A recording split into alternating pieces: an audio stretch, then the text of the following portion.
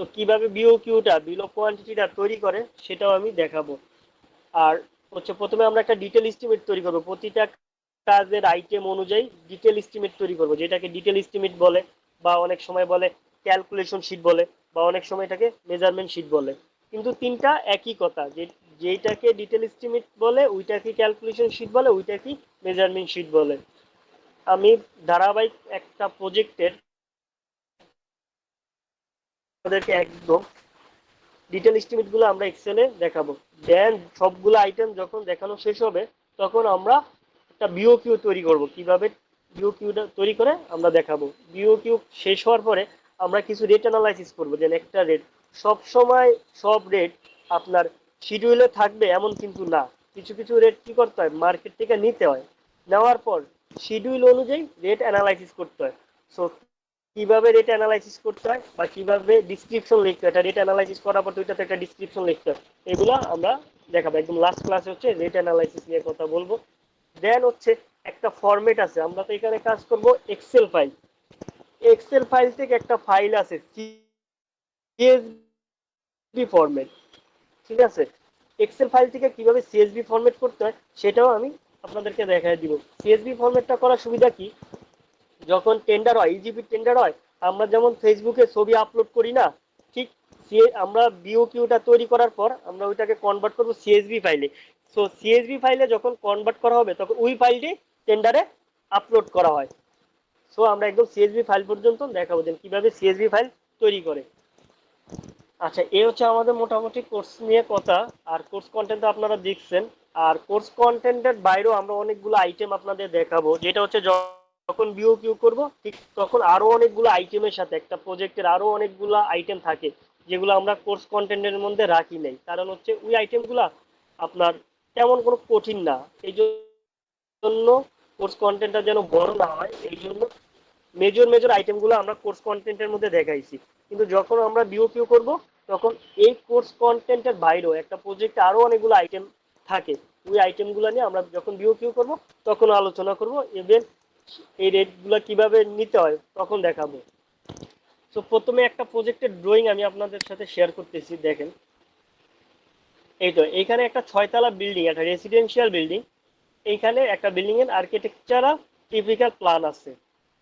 এই প্ল্যানের দেখেন এইখানে একটা ডিটেল পাইল ড্রয়িং আছে, পাইল, এখানে পাইল লেআউট আছে, এখানে হচ্ছে পাইলের লং সেকশন আছে, পাইল ডিটেল, পাইলের পরে এটা হচ্ছে কি pile cap layout, pile cap layout আছে এখানে।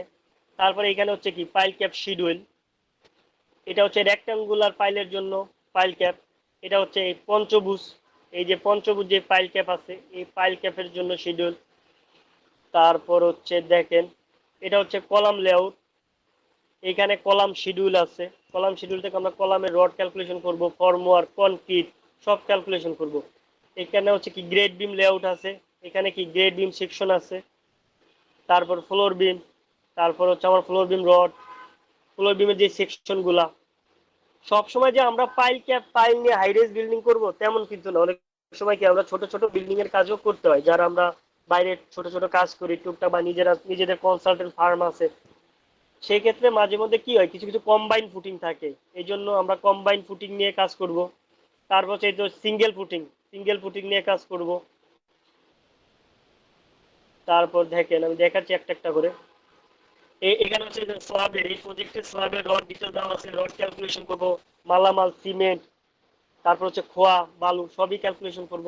এগুলো হচ্ছে কি underground overhead water reservoir detail estimate করবে, একদম ওভারহেড ওয়াটার রিজার্ভারের। তারপর দেখেন আন্ডারগ্রাউন্ড ওয়াটার রিজার্ভার আছে, আমরা আন্ডারগ্রাউন্ড ওয়াটার রিজার্ভারও ডিটেল এস্টিমেট করব। তারপর হচ্ছে একটা ম্যাট ফাউন্ডেশন, সবসময় যে পাইল ক্যাপ নিয়ে কাজ করবে এমন না, আমরা যখন হাইডেজ বিল্ডিং নিয়ে কাজ করবো তখন কি ম্যাট ফাউন্ডেশনও থাকতে পারে। এই জন্য এইখানে একটা ম্যাট ফাউন্ডেশন আছে, ম্যাট ফাউন্ডেশন নিয়েও কাজ করব। এসটিআর নিয়ে কাজ করবো, এসটিআর এর রড ডিটেল দেওয়া আছে।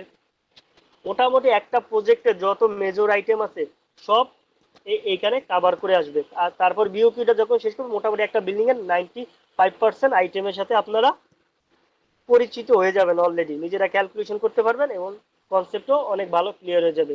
দেখেন এইখানে একটা, তারপর কি দেখেন এইটা কিন্তু আমাদের কোর্স কন্টেন্ট নাই, এটা হচ্ছে কি একটা সারফেস ড্রেন। একটা প্রজেক্টের তো একটা ড্রেন থাকে রেইন ওয়াটার ডিসপোজাল হওয়ার জন্য একটা কি দরকার আছে, একটা ড্রেনও হয় একটা প্রজেক্টের জন্য, এখানে একটা সারফেস ড্রেনেরও সেকশন দেওয়া আছে। সো এগুলো আমরা একটা প্রজেক্টের ধারাবাহিকভাবে শেষ করব, যে আজকে এইখান থেকে একটু দেখালাম, কালকে ওইখান থেকে একটু দেখালাম, এইরকম না। আমরা একটা প্রজেক্টের ধারাবাহিকভাবে শুরু করব। যেমন একটা প্রজেক্টে প্রথমে কি করতে হয়, পাইলের কাজ, তাহলে আমরা প্রথমে পাইলের কাজ দেখব। পাইলের কাজ শেষ হলে আমাদের কি দেখতে হয়, পাইল ক্যাপ, আমরা পাইল ক্যাপের কাজ দেখব। পাইল ক্যাপের পরে আমাদের কি কাজ হয়, শর্ট কলাম, আমরা শর্ট কলামের কাজ দেখবো। তার কি গ্রেড বিম, গ্রেড বিমের কাজ দেখবো। গ্রেড বিমের পরে কি কাজ, লং কলাম, লং কলামের কাজ দেখবো। লং কলামের পরে কি হয়, ফ্লোর বিম, ফ্লোর বিমের কাজ দেখবো। তারপরে হচ্ছে কি এসটিআর এর কাজ দেখবো। তারপরে হচ্ছে কি আপনার হচ্ছে স্ল্যাবের কাজ দেখবো। তারপর হচ্ছে কি ওভারহেড ওয়াটার রিজার্ভারের কাজ দেখবো। এইভাবে আমরা ধারাবাহিক কাজগুলো দেখবো।